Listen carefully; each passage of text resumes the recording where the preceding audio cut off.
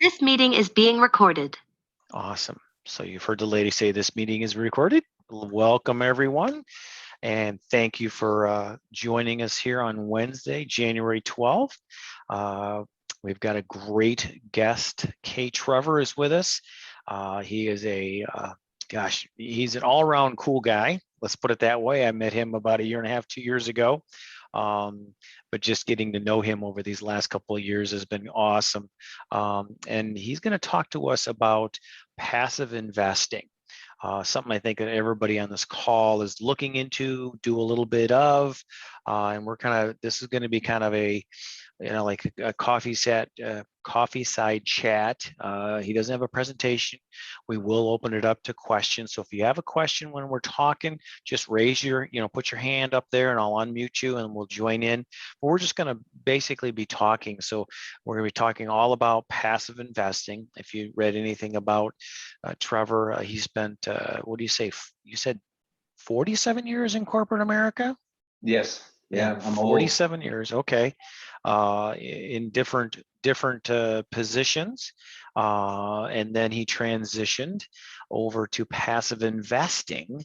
And we'll talk more in detail how he did that and where did he start? Where's he at now? I warn you that he is in Texas. So his weather's a little bit different than us in Michigan, whoever's in Michigan. So, yeah, he'll talk about the different investments he's in and how he chose them and stuff like that, So what I'm going to do is I'm going to turn over for him to give him a little time to tell us a little bit more about himself. Then we'll begin. So perfect. Thanks, Pat. Thanks for having me here. Thanks for those that are here that I've invited for supporting me. I appreciate that. So as Pat mentioned, I have kind of a unique career and a unique career path. You'll never find anybody with sort of a strange background as me. So if you haven't heard, I'm originally from Niagara Falls, Canada. So if you hear me say out and about, it will give it away. And I started originally in my high school years at Ripley's Believe It or Not. I always like to say believe it or not. So I worked there for 5 years all through high school. And then I moved over to Guinness World of Records and eventually got up and brought up through that company to where I was actually managing the rights for them in North America. So I was running one in the Empire State Building. And then I tried to open my own Guinness World of Records in Orlando, Florida. And that deal fell through, but I still wanted to emigrate to the US. And so I started and I opened a haunted house of all things in Orlando, Florida, year-round haunted house. And then I got recruited by a company originally called Sky Venture. Now I fly indoor skydiving. And I did my past 20 years with them. The company grew quite a bit during that time. So I opened 46 of our 80 worldwide locations. Near the end, it was quite exotic: Queenstown, New Zealand, Brisbane, Australia, Perth, Sao Paulo, Brazil. So it was very exciting. And at our very first team meeting, the owner gave us all a copy of Rich Dad, Poor Dad. And I read that book and I did what a whole bunch of other people did. I put it back on the shelf and went on living my life. A big mistake, absolutely big mistake. I read it, I understood it. I knew I should do something in real estate. I wasn't quite sure what, but I knew that there was a big world out there that I was missing. And then as we started moving along, what had happened was we went through a couple of ownerships. I wasn't as happy with the last ownership, but when they did buy the company, it provided me with some extra cash. And so I said, okay, this is now the time that I need to start looking at real estate. Not really quite knowing what I was going to do, so I even joined the Rich Dad, Poor Dad coaching program. Sadly, I didn't enjoy it. Went to a couple of other, I call them the credit card you can buy in office building seminars. Have anybody been to one of those where been to a few of those? Yes. And you just bring your credit card. In fact, you're going to take 3 credit cards to pay for our thing that we're going to call and see if we can get your limit raised. And then once you figure out how to pay those back, you're going to go buy an office building with them.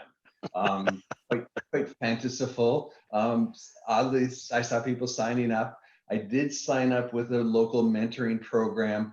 They were mostly single family focused, but they did have a commercial division. So I started training, and then I got hooked, absolutely, positively hooked on real estate investing, understanding about it. And so I started passively investing quite quickly, and I just kept growing and growing and growing it. And now I've passively invested in 17 deals. 15 of them are active.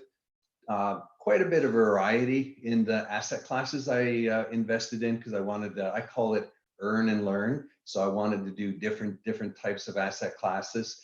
Majority is multifamily, but retail strip center, a medical center, 2 land deals, an apartment to condo, single family home fund, and I did my first storage investment not too long ago. So quite a bit of variety, and everything from deep value add to A+ properties to new build on the apartment side. So quite a bit of variety. So now, And once I'd like to stop you real quick, so I apologize. So when you first started, did Yep. you go into commercial or was it residential? No, so I didn't do any residential. So went straight Okay. into commercial. Yes, I have not. Okay. The only home single family is my house. Okay, so that's kind of a myth that I think everybody's out there. Oh, you got to start with single family. You got to do that. You didn't. You took a rich dad, went right into multis, or I should say commercial, right? Yeah. What was your first commercial purchase? What were, I should say, your So I was a investment? passive investor in a 176 door deep value add project in San Antonio. Okay. And that property, that whole thing, that the whole investment was what I'm going to consider my biggest educational thing that I learned. I learned a ton. I wanted to earn and learn. Well, boy, did I learn on that one. So what had happened, I never went to see it, which I should have. It was 2 hours from my house. I invested in it. We got a little bit of money, but then it became clear that they were struggling. They were having some problems, and I wasn't learning as much as I wanted to learn as a passive investor. So I went to the general partner and said, listen, I'm not learning. Is there anything I can help with? And so we had a meeting and agreed some terms. And basically what was going to happen, I was going to help his asset manager, who was overstretched. They had a bunch of problems, properties that were having some trouble. And I spent a week there, and the things I found out that I reported back up, that was the last week for that property manager, that asset manager, because he wasn't disclosing everything that was happening, at least at that property. And I'm assuming it came to light on others. Then they decided, well, we need somebody to blame, so let's fire the property management company, because they've got to be the ones that are doing everything wrong, and let's self-manage.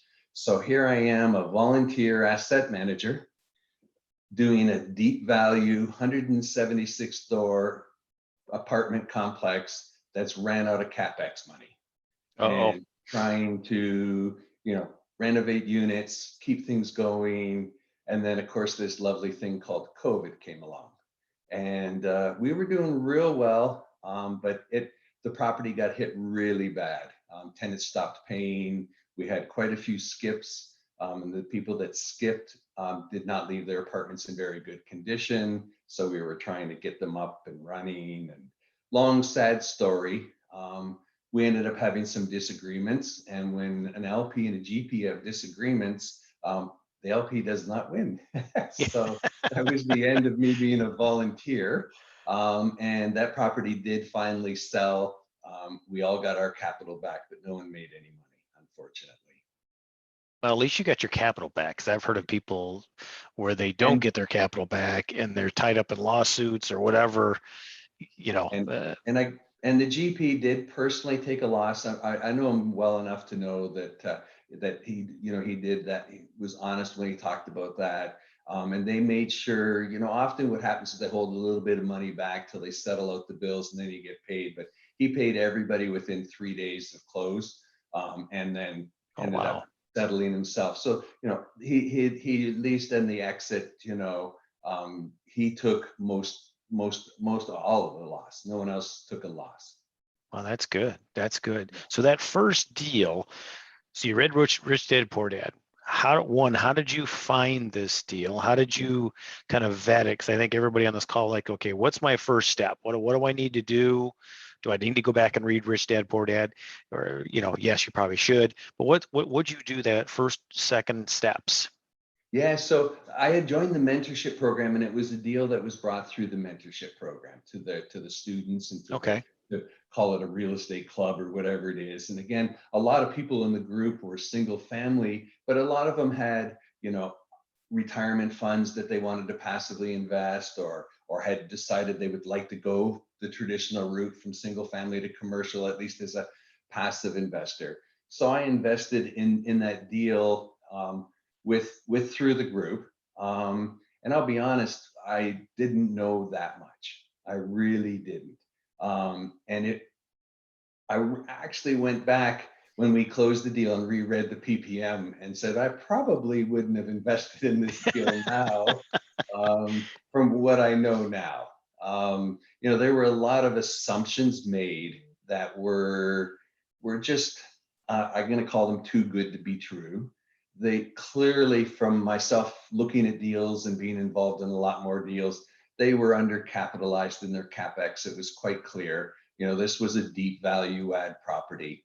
And so, but again, thank goodness I didn't lose money, and I got the education of a lifetime. I mean, Gotcha. I really did. I mean, when I used to come home from, my wife would say, how was your day? And I would say, I didn't call the police today. It was that kind of property. I didn't call the police. See, now what you know now, though, you can look back, right, and go, okay, wow, I should have never done this. But when you're in the midst of that, you're wide-eyed, thank gosh you didn't lose your money. But that's how you learn now when you're going out to look and deal. You have that, what they call wisdom, right? That forethought we all look for. Luckily, you didn't lose money. I've done it both ways where I've lost money and not lost money, but you do come in with a little bit more, okay, I need to be looking here, looking there. And that's good that so how long between that investment and your next one? So I'd actually made one shortly thereafter with the same group, and I didn't make money in that one either. So my first two. So you're going to learn a lot from me of what not to do. Now, that one there was a very interesting. So that was right when property taxes in Texas started going really crazy. And then they basically got reassessed. So they got their property taxes reassessed substantially different, and their insurance substantially different, which are two things in Texas: property taxes, insurance, if you're not properly budgeted for it. So that particular property never made money, never lost money. And what happened was it was just going along, and we'd gotten some small dividend payments, and there was a little bit of cash flow. And I'll be honest, they were very creative. So they turned a couple of the units into Airbnbs, which you're not really supposed to do. The lenders don't like to do it, but there's ways you can do things like that to where, you sign it as a tenant, and then the tenant, so one of the partners was doing it that way. And they really tried to make it. And then what happened was an unsolicited offer that got a guy who needed a 1031 at the end of a year to get his money out. And that made everybody 100% whole. And, I think that the GP team, they made a little bit of money for all of their efforts. And they called a vote and said, listen, we're going nowhere fast. If we'd have known that the real estate market would have continued to grow like it is, with that crystal ball that no one has, it might have been a wise decision to hang on. But sometimes you're looking at it just going, we're spending a lot of energy, and we can all walk away and everybody's made whole and everything's okay. And in fact, we were able to make counter offers. So we actually even looked at buying it. A group of us looked at buying it, and then just decided, no, let's move on and get going. Gotcha. And it turned out to be pretty good, even though that property did all right, because that was the end of 19, and we all know what happened in 2020, in March of 2020. So we might have struggled a little bit even more. Interesting. Jay, you have a question. Go ahead and unmute yourself and ask the question, please. Yeah, I've got a couple. First, Sure. as an LP, how much of an actual influence did you have in the decision to sell or not? So you really don't have any. So what they did was they tried to be gracious about it. So they had a call and they said, we are going to do this. If anybody strongly objects, please bring it up at this call or send an email. Actually, I think, sorry, I should back it up. They did a call and then they did a vote. And they never disclosed the results of the vote, but basically they worded it, you better have a really good reason why we shouldn't. And we'd like to. And so again, the group of us that were trying to buy it, we all kind of had a meeting and looked at the number, and we would have had to match the number, and we would have had to match the quick close because he wasn't going to drag it on, right? This was a quick close, all cash deal. And I don't blame him for not, you got something here, and you can close by the end of a tax year. And we closed it closed like December 22nd. And Wow. and the offer came like November 1st. Okay, got it. Second, can you guys talk about how you analyze these deals and what kind of metrics you're looking at when making your own decision to invest? Yeah, definitely. So I have sort of over the time developed quite a bit of, sort of a theory on it. So the way I look at investing, I kind of look at it as it's a race or race. So the jockey is the most important person in the whole deal. So the jockey is the main syndicator.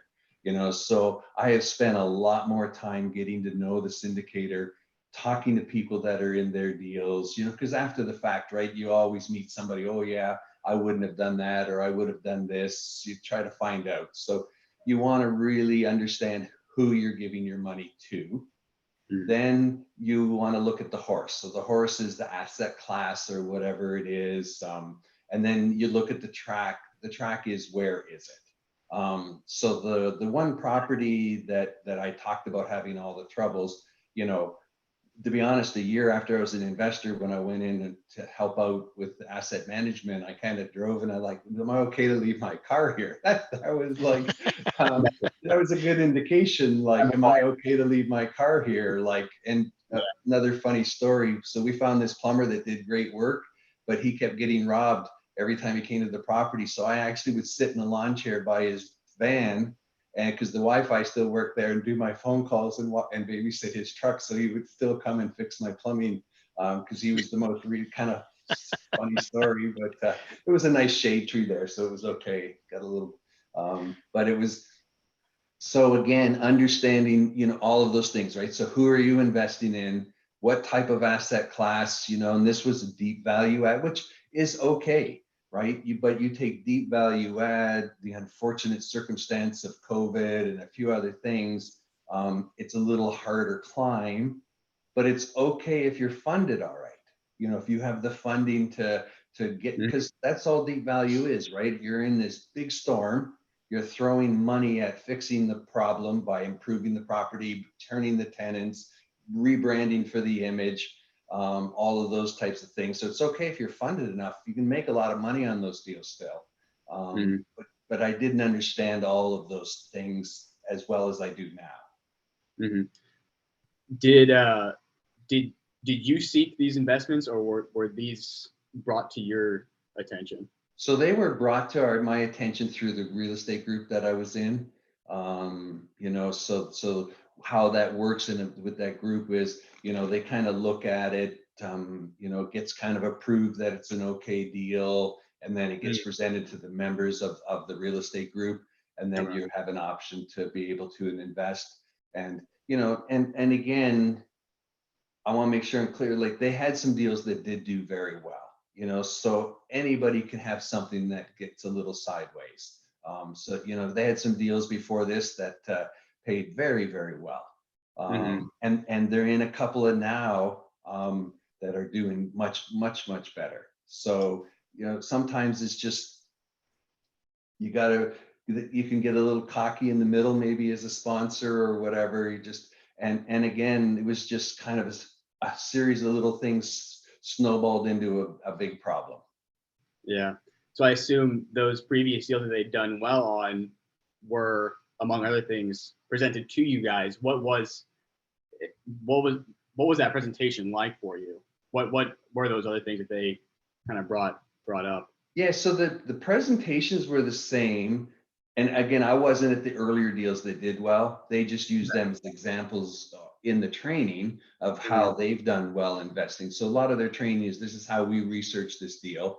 Here's the results of these deal, which is a lot of what training you get, right? And so I was looking at their deals and they were good deals. And then since then, they've had a couple of good deals. And I'm actually an investor in those and getting money. One of them is in the retail space.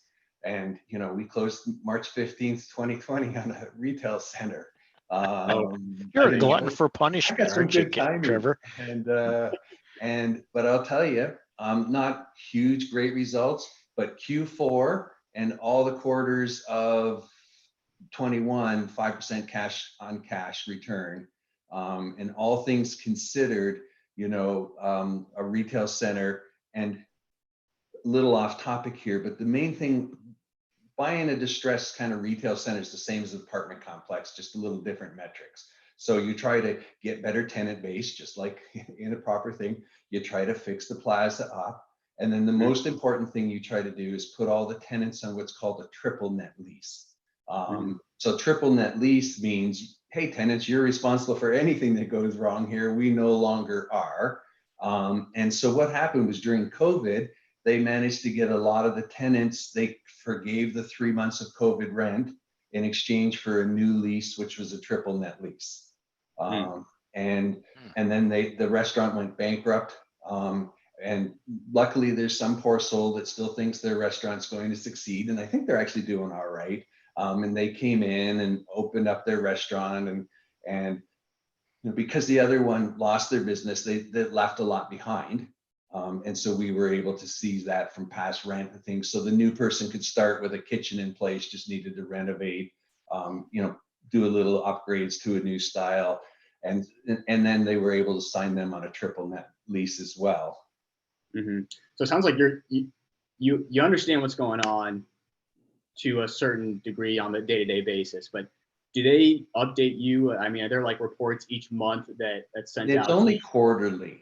I'll be honest, most of the deals report quarterly. I did invest in one deal. It was very interesting. At the very beginning, they reported weekly. I've never had a weekly, but I liked it. Their report now wasn't long. It wasn't long at all. And then they switched to bi-weekly, and now they've switched to monthly. We're almost in a year in now. So they switched to monthly updates. But at the very beginning, they did weekly updates. Again, they weren't long. They were just an email. And this was a property, again, completely different scenario. They bought this property from a builder. So what happens when builders buy the land, build a property, they do tons of lease concessions, tons of move-in specials, tons of things to do, get it up to about 80% occupied, and then sell it to somebody. And then the next person finish leasing it up, burn off all the concessions, try to get tenants to re-sign, and then you start chasing the add-on costs. They were charging a bit for garages, but not enough, and preferred parking.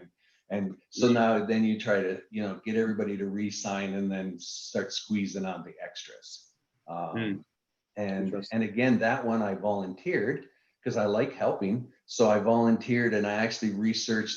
It should have been a smart apartment. It's an A+ property, and it should have been built as a smart apartment, and it wasn't. And so researched a bunch of smart apartment options. They ended up picking someone else that I didn't get to my final list for them. But again, I drove up to their location, met the contractors, got bids, made recommendations. And next month they're actually going to launch it, and I'm going to help them. And this is all, I call it the earn and learn model. Again, not every GP will let you do things, but they did let me. Okay. Did you like that? The opposite of my place. When I go to that apartment, I want to move in. The first one was I worried about my car. It's a A+ property. Just to give you an idea, okay, this was $176, $10 million. The one that I was talking about before, like $60,000 a door kind of a place. This was a 300 unit for 60 million. So it was really nice property. What's the usual split per person here? Would you happen to know that? So every deal is different.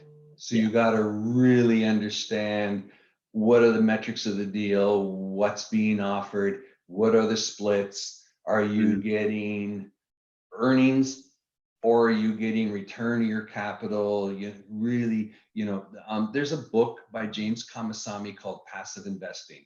Read it. I read it all the time, recommend it. Anybody who's been on this call that's been with me, I've sent you it.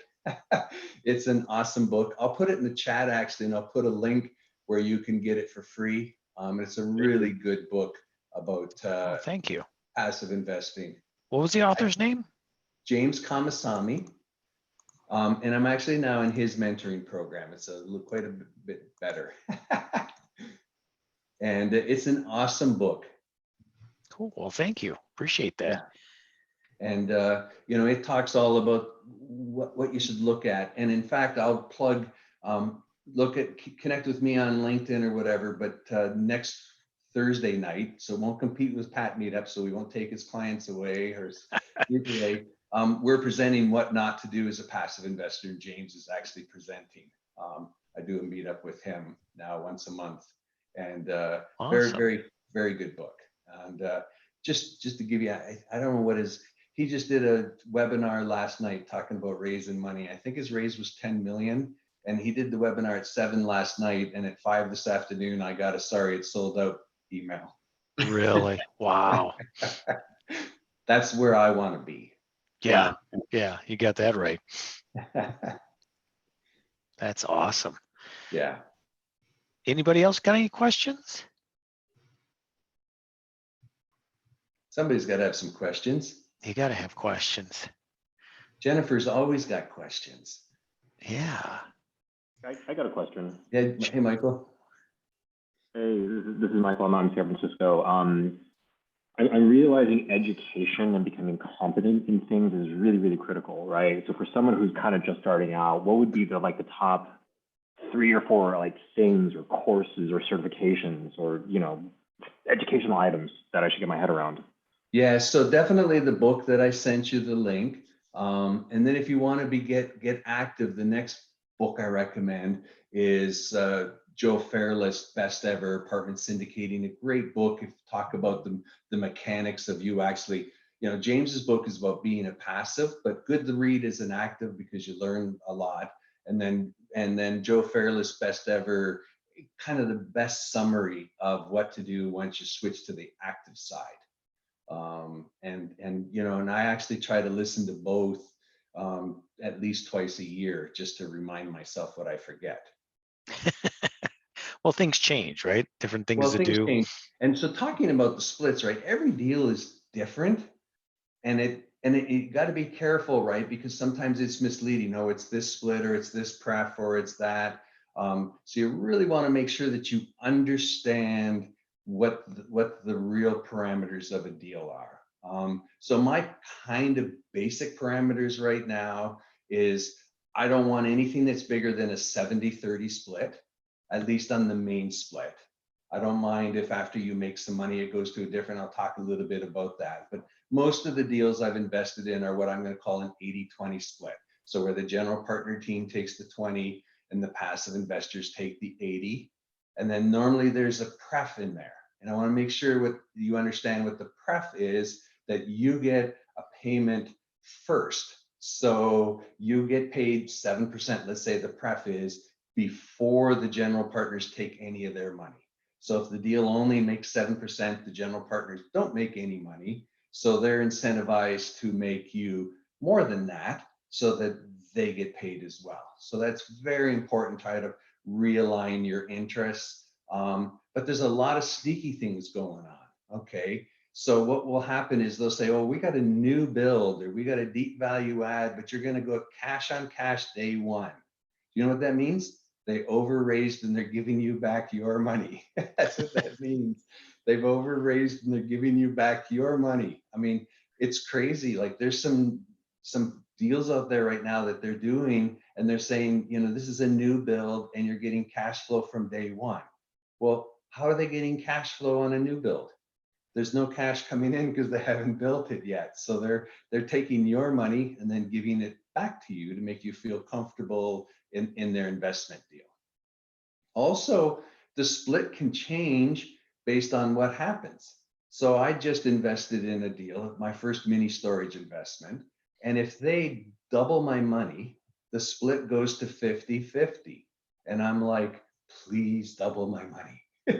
Please double my money. I'm okay, right? Because again, you put your money in, and if they double your money, I'm okay with it going to a 50-50 split because they doubled my money. Big difference, right? So, they always talk about the multiplier of your money, right? It's a 1.6, 1.8. You just got to be careful when you're looking at numbers and understand what exactly they mean. And also make sure that you understand, are you getting a return on your investment or a return of your investment? Those are the lines that can get blurred by people. So you want to make sure that you're getting a return on your investment. Plus, of course, you get the return of your investment at some sort of a refi, a sale, or a portion thereof done in between. You want to make sure that you understand that, because you want returns on your investment. You want your money to continue to grow. Unless there's an event where they give you a portion of your money back, right? And the event is normally, refi or some other event that happens, or of course the sale. Now, where would that language be? Would that be in the PPM? All in the PPM, and it's kind of buried. So, when you're falling asleep reading that 100-page PPM, those are a couple areas to really pay attention to, what the exact wording of what they're going to be doing for you. Because again, you want return on your capital, right? You want your money to make money. That's why you're passively investing. What's the PPM stand for? Private placement memorandum. Yeah, so that's a good thing. So when you get involved in a syndication, normally what happens is there's a webinar of some sort of nature, and you watch the webinar. Then they give you a link, and you go to a link and you fill out who you are, and they make sure that you're right. So there's two types of syndication. So 506B can go to unaccredited investors and accredited investors. 506C only goes to accredited investors. So you kind of figure out which one is it. And then there's this thing called the private placement memorandum. And it spells out everything in excruciating detail about how they can lose your money, what can happen, all of the like, if you really believed it, you would never sign it and do it. So there's a little bit of faith in there, but you want to make sure you at least understand every deal has risk, right? My first two deals, like I said, did not make money. I understand. I'm a big boy. Investing is risky, and real estate is normally very good. I got unfortunate, and the other deals I'm having in are going very well. But you want to make sure you understand how they're paying you, and then what happens to their splits when events happen or when milestones. And again, I'm not afraid that this deal goes to a 50-50 split if they double my money. Because again, double your money is a really good thing. Now, double your money in 10 years isn't a good thing. This is a new build, and their goal was to try to double your money. And they were going to build it, stabilize it, and then finance it again. And that's when they would be able to give you back, at least your principal, and you would still own some portion of the deal. Okay. Yusuf, you have your hand up? Yeah. I see it, Denise. Go ahead. As someone who's you're starting to get more experience and doing more investments, how did you scale your leads with specifically multifamily? Like, how were you able to scale them so as time went on it was less difficult for you to find leads? You know, so I guess education was the biggest thing, really understanding what am I looking at, what am I reading. But as I've gotten more into my investments, I'm investing for a different reason. Now I'm investing with people that I want to partner with, right? Because I'm switching now to active. So, my last 4 investments have been, well, sorry, out of my last 5, 4 of them have been with one particular syndicator, and we've been putting LOIs out together. There hasn't been room for me on his deals, but I want to stay close in his world. And so I've been investing in his deals, and then also offering to help or do whatever I can and stay in contact with him. So lately I've been what I'm going to call relationship investing, and it's not always an option to do that, but when you reach a certain level, when you want to switch gears and go to active, so the deal I mentioned last night that he raised his money so quickly, even though I'm part of his educational program, and I hope someday I'll do a deal with the students and he'll be a sponsor, he doesn't take partners. So for me to invest in his deal doesn't buy me any more closeness to him. Oddly enough, he's a sole GP on 2,800 doors, if you can imagine. Wow. And completely vertically integrated with his own management and construction company. That's So wild. So very he rare. doesn't have students partnering in his deals and stuff. He's done it all himself. Yeah. Wow, I didn't know that. Yeah. Interesting. Yeah. And he did start single family home, and his first apartment complex he bought was like 40 something units. Yeah, it's an amazing story. That's wild. Yeah. Very rare. Very Yeah, rare. I was just gonna say, Most yeah, people are that's partners. yeah. And I think there are huge advantages to partners. We all think, oh, that sounds really, but there are huge advantages to being partners with people. I have weaknesses, even though you look at me and you think I'm so amazing, I have no weaknesses. I really do. Oh, we missed Denise's question too, so we got to get back to that. But find people that fill your voids Hmm. Definitely. and partner with them. Go ahead, Denise. Unmute yourself and ask away. Hi, I'm Denise. This is my first time joining this Zoom, so thanks for having this. I'm really excited. So I am actually a capital raiser. So I look to find investors for properties that my deal has underwritten and done the deal sourcing and all that good stuff. So how I typically find my investors is I do everything online. So I message on LinkedIn, Facebook, everything like that. Is there anything that you can give me advice of kind of making sure that I'm like relating to investors, making sure that I'm getting their attention? It's not just it doesn't look like just another scam on their inbox. Thanks. Yeah. So from what I've learned, the most important component is that you're providing some level of education. I mean, you're providing some format. I mean, that's why Pat's doing this. Pat's not doing this meetup because he has nothing else to do on Wednesday nights. I know he's a busy man because we've known each other for a couple of years now.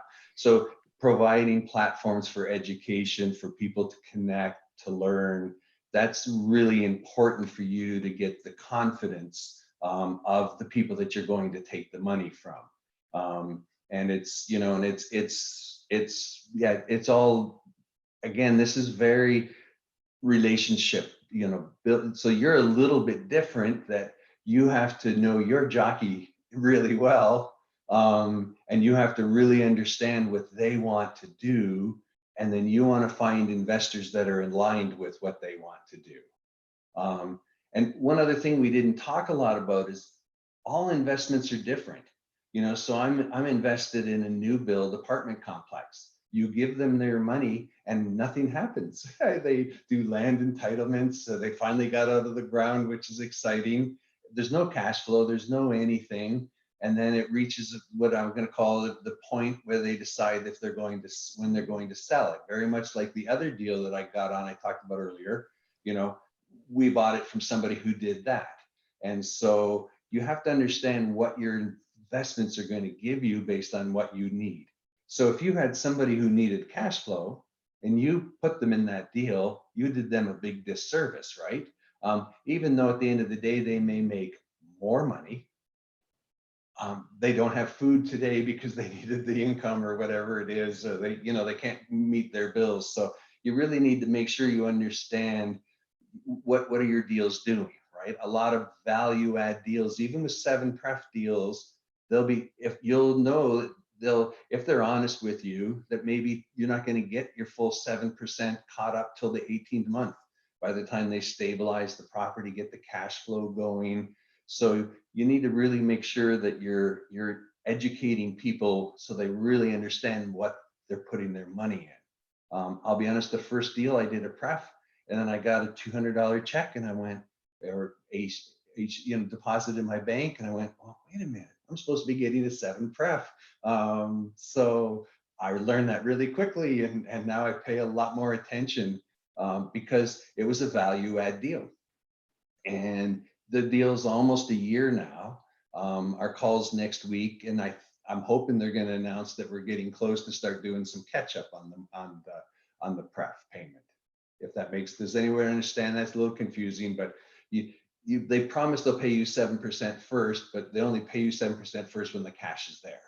And so it takes them a little while to get the cash there. So it keeps accruing until they can get caught up. I have a follow-up Yeah. question. Yeah. How many years do you typically like to hold your properties? So again, I like it to be mixed up. I'm okay anywhere from 3 to 7 years, depending on the deal. So if it's a high cash flowing deal with producing income and a decent upside, I'm okay to sit on it for 7 years, but I don't want to wait like 4 years to get paid and then another. So every deal is a little bit different on how it does it. So I'm in two land deals. One of them is a little bit different. I'm more like a bank. The other one, basically the idea is you give them your money. It's supposed to, be about a 1.6 multiplier in 18 months. Now, if it takes them 24 months and they get the land ready to go, and then they sell it to the next phase, which is the build it up phase. And then what often happens is the build it up phase sells to the run it phase. So sometimes land deals can take 3 moves. But you want to be careful if you like that. So the one deal I'm in, I have the right of refusal to go to phase 2, and then the first right of refusal to give. So I got lucky. I'm partnered with a guy invested in 10 acres behind Tesla, and then Tesla, after they got everything done, announced they're moving head office there, and we went, oh, this is my friend that I've been doing some deals with. We can now build a little nicer apartments, maybe. So now they commissioned a study to say, okay, instead of 200 2-story garden style apartments, can we do 5-story, A minus B plus with elevators and garages with Tesla chargers in them, because it's a different level of people moving here now. Wow. Interesting. Jay, you have a question? Thank you, Denise. Yeah, what characteristics do you look for in people that you're confident in investing in with? Honesty, and that's a hard thing to measure. So you got to watch over time, but I want people to tell you the good and the bad. And if any of you guys are aspiring sponsors, tell people the good and the bad. If everything is always only the good, there's a lot of people that look really good on the internet. They never make a mistake. They never do anything. And I don't care who you are, something goes wrong on everything. There's always challenges. And so I like it when people talk about their challenges. And I a lot of the people that I've invested with, I went to, they had meetups like Pat, or there's a couple of guys they did. So I'm fascinated with asset management training. So I don't know if you guys know Gary Lipsky and Kyle Mitchell. They did some asset management training, and I was fascinated. And then I got in a deal with them, and they had a quarter that they said, well, we're really disappointed, and we want to tell you we didn't get to here, and this is what happened, and here's what we've done to get there. And I loved it. That's okay.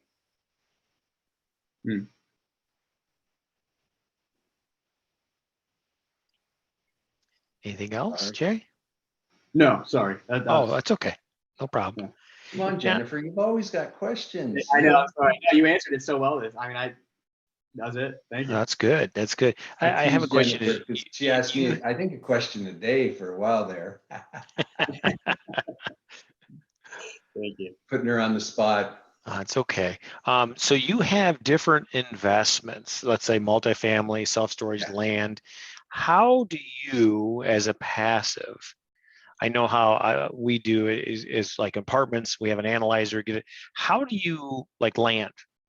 What do you look for to say, okay, I'm going to give you $50,000. What's my thing? You've never developed land. Let's say you never did it at that point. How do you do that compared to an apartment? Yeah, so the first land one I did was very easy. I was actually trying to buy an apartment. I sold a bunch of stocks and the deal fell through. And I got an email from somebody I'd already done a non-real estate investment with saying, we're buying this land. We need basically they needed hard money loans and we're going to pay you 16% on your money. Are you interested? I went, sitting in the bank account doing nothing, don't have a new deal. I'm interested. So that one was easy because that was just basically, I was guaranteed by the so I was basically a lender on that particular one. The other land deal, it took me a little bit longer to understand it, how it all works and to make sure that, but basically you have that one, I had to trust the math of the people that were involved. And I got to know all of the partners and talk to the partners about some other deals they had done. And they actually had done mostly rural deals that turned into subdivisions. This was the first one that was going to turn into an apartment. But again, 10 acres, 5 minutes from a Tesla factory. And anyone who knows anything about Austin, Tesla factory was built in the middle of nowhere, very close to everywhere. So there's not much housing around it. So to me, this was kind of an easy thing. But if we were talking about land up over somewhere, I would not invest in it because I wouldn't understand enough about it. So those two made it easy to invest in it. So I've not looked at anything else to invest in. Storage, I was a little bit interested and I started looking at storage. And then again, things aligned. The person was doing the capital raising that I wanted to be involved with. I've been trying to get on a deal with her kind of deal. I like the deal. That was the one when they double my money, it switches. And it's in Charlotte where my brother lives. So now I can have a business trip. So strange, that shouldn't really apply in there, and I know Charlotte's such a hot market and a lot of people are moving there and a lot of people got a lot of junk. And so I said, okay, I'm gonna invest in a new build first. And then maybe at some point I'll build on one of these repositioned ones where they buy them from mom and pa's and automate them. And I have someone who's doing one here in Austin and been paying attention to it just to see what I can understand. So that self-storage one you've never done as self-storage. So you went in with the private lender, or should say the capital raiser that you wanted to. So you had your in there, but then you had to rely on the partners and stuff and your understanding of, let's say, the math, right? And kind of say, okay, does this make sense? Because obviously there's a lot of different things, demographics and traffic flows and all that. That's a little bit different in the self-storage than it is multifamily. So you kind of had to get up to speed fairly quickly on that. Yeah, and I had been studying it because I was getting frustrated with multifamily. So I've been studying storage, trying not to get distracted while being distracted, if you could, because I was getting do that all the frustrated. time. I mean, I put deals out, all the offers out, and I'm not winning any apartment deals. And I'm like, okay, maybe I should be switching gears and go after something, I still haven't looked at the mobile home parks yet, even though, to me, even though, they're great and a lot of people do really well on them, I don't want to chase that end of the market. I'm okay chasing people's junk to put in a garage, but I'm not sure I want to be the landowner of a mobile home at this point. But so I'd already spent a bit of energy looking at it, connected with some people that are very active in the space. Masha, the Russian girl, I try to go to her webinars and listen to what they do. And there's this other guy, Palchi in California, and I connected with one of his partners, and I go to their webinars and listen and read through their PPMs, but didn't pull the trigger. So it wasn't completely blind, but definitely risky with me being my first one. Mm-hmm.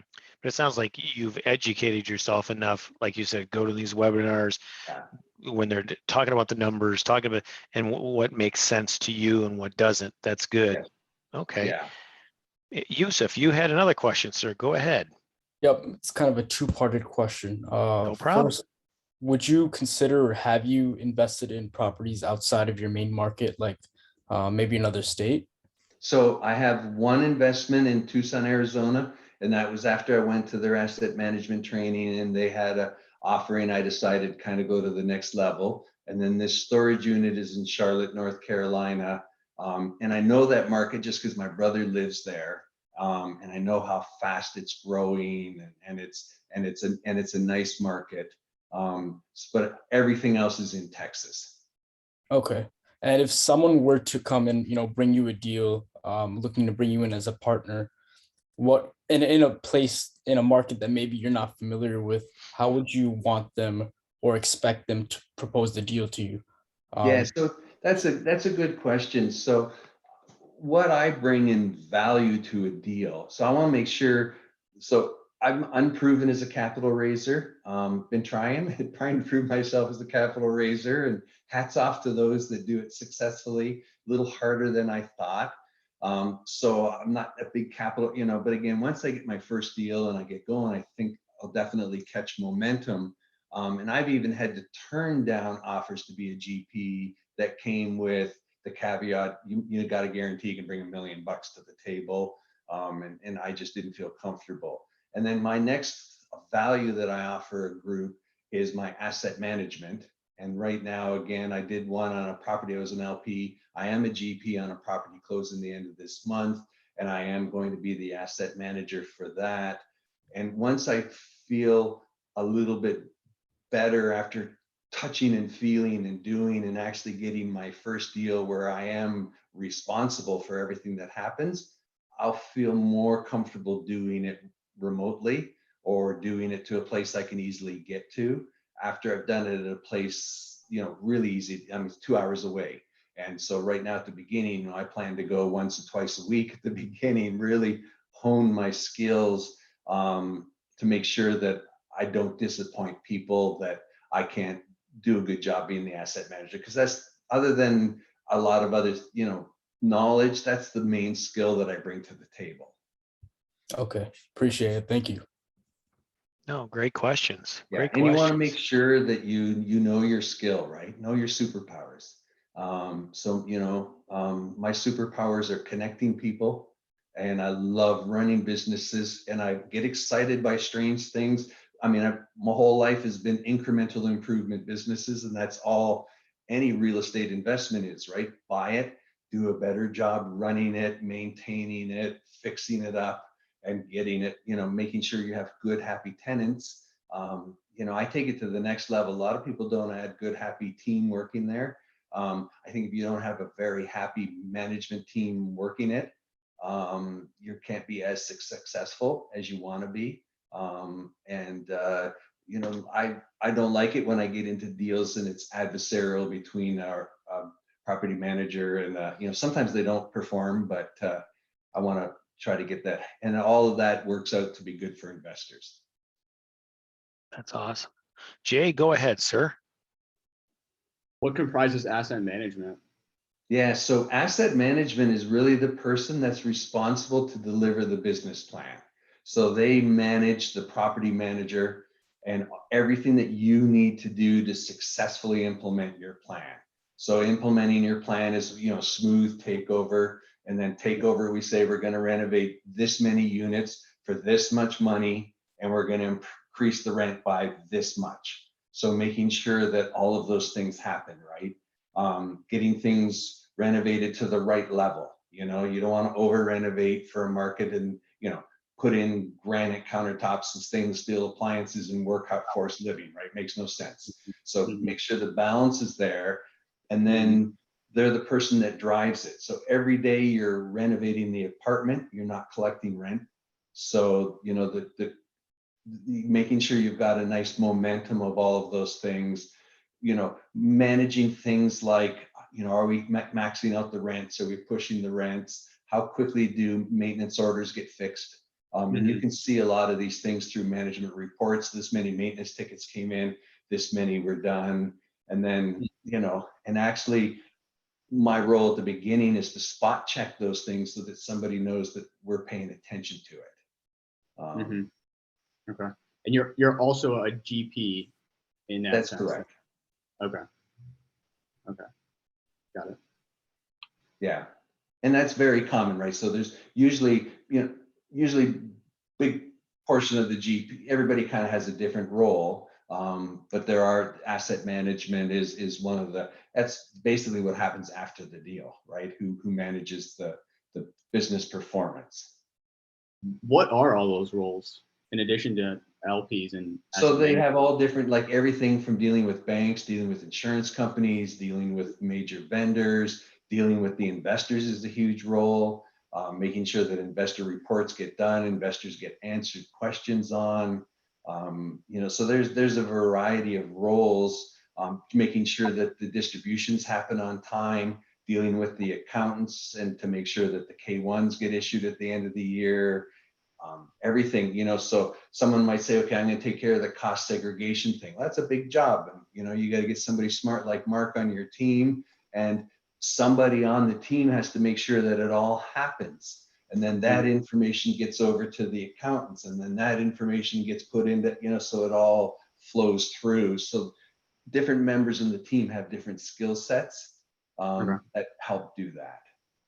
Okay. And you were talking as a deal wide role. Deal wide, correct. Deal wide. Okay. Yeah, there's a lot of work.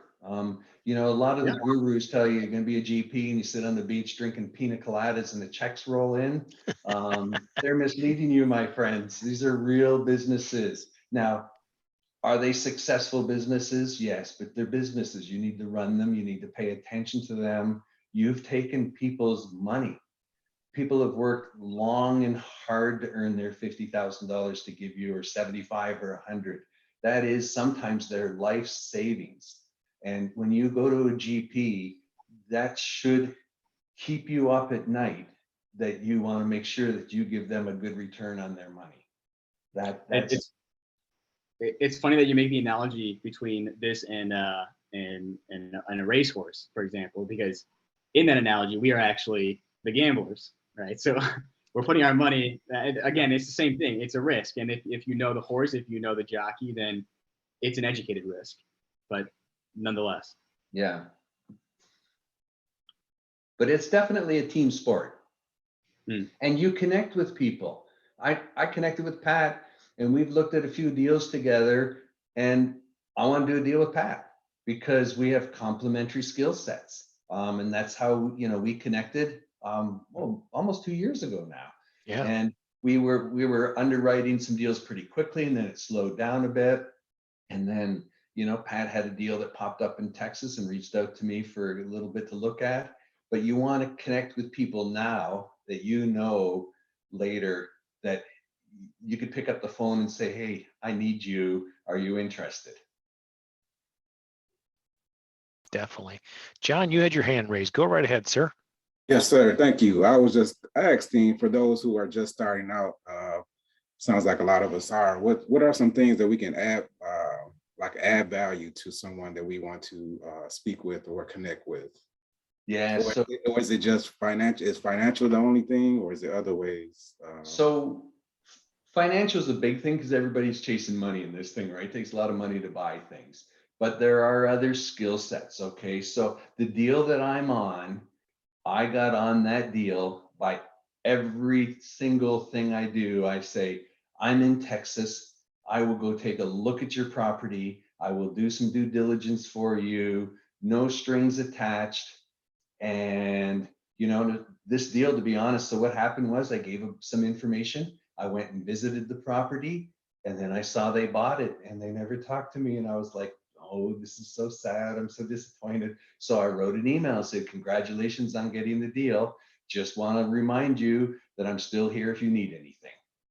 And they did. So it worked. And then develop a skill that you can bring to the table, right? So if you're in a market that people want to invest in, like Texas, really understand, like I understand the corridor, man, I've looked at probably 300 apartments in 3 years in this corridor. You know, doing due diligence, taking photos, doing my list, looking at comps. But I don't underwrite very well. And that's how I connected in with Pat. Pat was much better at underwriting, and we had another guy in our team, and I need that skill set. So that was something I needed and looked for in a partner. You know, and then if I don't know what your background is, but if you understand accounting, you know, or if you understand legal, just try to hone something that's going to be valuable. Thank you. Yeah, and if you live in a place that people want to be, make sure you know as much about that place, right? Know about the neighborhoods, crime statistics. Is it good? What are the school districts like? You know, all of those things add up to somebody's going to need that someday. Right. Yeah, be the boots on the ground and have that local knowledge where somebody can say, hey, I know John, he's in XYZ state. You know, what's the path of progress in this state, John? Where is it? You can say that like that. That gives people comfort to say, okay, yeah, let's bring John on the team because he's there, right? Right. Okay. Yeah, and just do a lot of watch videos on how to do due diligence or whatever it's do, and figure out how to analyze an apartment complex, right? Look, you know, it's you got to make sure you know what you're looking for, right? So, you know, depending on the age of the property, you're looking at roofs, you're looking at driveways, you're looking at windows, you're looking at air conditioner units, you're looking at foundations, you're looking at, you know, I was on a deal that I ended up having to get off. It was $38,000 to trim the trees, you know, but when I went to the property, I went, man, there's a lot of trees. And if we get a windstorm, they're going to blast through all the roofs, and that needs to get on our budget. We were a little shocked that we got free mulch for about 3 years after trimming all the trees, but. So now when anybody else got a question? I don't mean to dominate here. I know it's 8:07 here, so I want to respect your time, Trevor. Anybody have any other questions? Oh, go ahead, Jay. Yeah, so about networking, how did you get yourself in that position outside of just joining that group? Is there more of an organic opportunity there? It's calls like this, being on call. So I am on, when I'm done this and hang up the phone, I'm going to another meetup that starts in 20 minutes or so. And I reach out to people on that meetup. I am on at 1 to 2 meetups every single night. I pick up one. There's a group in California that does one on Saturdays. I get on their group just because there's some people I wanted to connect with there. In my market here, I go to every in-person meetup. I live in Austin. I go to a meetup at least once a quarter in Dallas, San Antonio, and Houston, and try to gauge around and find the best meetups. And then sometimes I'll go to this person's meetup, and then next quarter I'll go to another person's meetup. And then sometimes Dallas, there was 2 meetups that I wanted to go to back to back, one on a Tuesday night, one on a Wednesday night. So I filled my Wednesday with appointments of people I'd met in Dallas, you know, to make sure that I was productive. Okay, awesome, thank you. And I'm fortunate that right now I can do that because I don't have a W-2. Yeah, I mean, some people do, and that you can still do it as a business, right? You just have to, again, plan, right? It's the project management part of it. Okay, I'm going to go here Monday night, Tuesday night here, but COVID has kind of hurt or also kind of made it easier to connect like we're doing now, right? I mean, this used to be an on-site at Schoolcraft College, right? People were having trouble getting there. They get this, so now I did it online where all of a sudden now everybody's online because it's so much easier. You can sit at home and do it, right? And go from there. So great question, Jay. Anybody else got any questions? And just in the last year, I've been to 3 in-person meetups in the state of Florida. Long way to go, not cheap to get there. But again, one of them had 300 people and the other two had, one had 800 and the other had 600. Wow.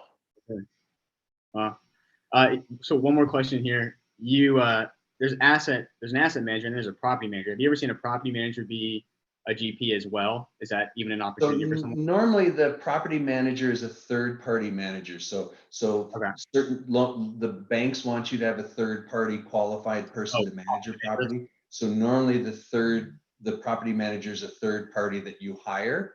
Okay. And then, like I talked about with James, the guy before, he got his own license and did everything, and he became his own property management company. But Yeah. within that company, he has somebody who runs the company, somebody who's Yeah. a regional manager. Okay. So you do it that way. Got it. All right. Thank you. Yeah, you want to be good at managing the manager, Yeah. right? And having your KPIs so you can manage that person. And the same thing if it's integrated, if it's your own company, obviously you'd be managing somebody else who's a manager on that side, because there's a lot to do, as you can see, even on Yeah. an LP side or GP side, a lot of stuff to do. Mm-hmm. Great questions. Awesome. Anybody else got any other questions? But never stop learning. Yeah. Never stop learning. Be hungry to learn. Yeah, definitely. And I would say one thing is go on meetup.com and kind of search everything in there and just kind of that, or you go to Facebook and search, real estate groups, multifamily groups, self-storage group, whatever you're looking to do. Same thing with LinkedIn. They're just big databases, right? And see and join and click and say, hey, I see that you're a self-storage, you have self-storage, and just, what can I do for you? What can I learn from you? And that's how you do it. I mean, that's how I fell into a few groups that I'm in. The same thing is, and if you notice, K. Trevor also is very strategic in, if you see how he talks as far as, okay, I want to go to this group because I wanted to meet this one person, or I wanted to get and talk with this one person. Well, you meet him on their level, right? Or her level, you get that camaraderie. They're going to see you there and see you at these different groups. Then all of a sudden, hey, well, what, let's do a deal, or you're in Austin and this and that, and that's really how it happens. It really does. It's it's really a bit, it's a big network, but it's a small network, and you get to know the people who perform and who don't, and who you'd love to partner with, and who okay, yeah, someday maybe, and stuff like that. So, and that last long rambling link that I just put in the chat, that's for the meetup next Thursday. If you're interested to learn more about passive investing, James, who's again one of my mentors, he'll be actually presenting, and he was the author of that book that I put the link in at the beginning. Cool, thank you. Awesome. Okay, well, you know what? I know you've got another. Go ahead. Yeah. One question, Trevor. Do you have any meetups over here? And I'm in the Dallas area. Do you have anybody that you recommend? Oh, you missed it last night. Last night there's a great meetup. I missed it. Yeah. So I put my contact in there. Just reach out, send me an email, say, listen, I'm in the Dallas area. But there's definitely a couple of really good meetups. There's one that meets at a sushi place. I think it's like the second Tuesday. I went before Christmas, the first time I went there. A lot of really good people there. And then Hayden and his partner, they do different meetups. Yeah, so I can definitely hook you up with a bunch of different things in Dallas that are really good to do. Awesome. Kenny Wolf has one this Saturday, Wolf Investments, and he's actually doing a tour of a property he just took over, and a meetup. Kenny Wolf is he's a very interesting syndicator. He does very unique deals, like turning a post office into multifamily and an office building in downtown Cleveland, and actually won an award for it. Very, very clever young man. Are they the ones that are doing the due diligence this weekend? That's it. Yeah. Okay. Yeah, and he invites people to come out, and he has a meet. There's another, Aaron Katz has meetups in Dallas, so I can connect you there. Awesome. Thank you. And in fact, the meetup I'm going to here after the Dallas, it's a Texas-wide online meetup. Oh, See if I can You find, wouldn't- find I the think we link. should move to Texas, everybody. That seems like yes. there's a lot of stuff going on in Texas. My Texas has God. got a lot of stuff going on. Boy, I Yeah, if don't you have have- any information on that meetup after this call, it'd be great. Let me just get it here. That's Anyone awesome. else have any other questions? Yeah, any other questions, guys or gals?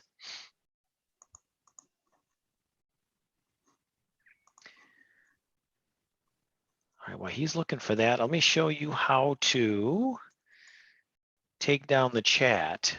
So what I'm going to show you is I'm going to show you how to save the chat out.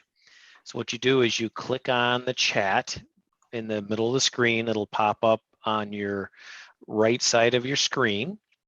And then where you type in, it says to everybody, and then there's that piece of paper and that smiley face. There's those 3 dots right there. Click on those dots. And then the top thing is save chat. Okay, so what that does, that saves that whole chat. Click on save chat. And what you do is what I do is I click show on folder. So it opens up another window, and it's on my other screen. I have 2 screens, and that's where it's saved at. Okay, it is meeting_saved_chat, and that's what it is. It'd be a text document, and you can rename it and then take it into whatever program you want to do that. Now, in any Zoom meeting, you can do that, and unless they have the chat disabled.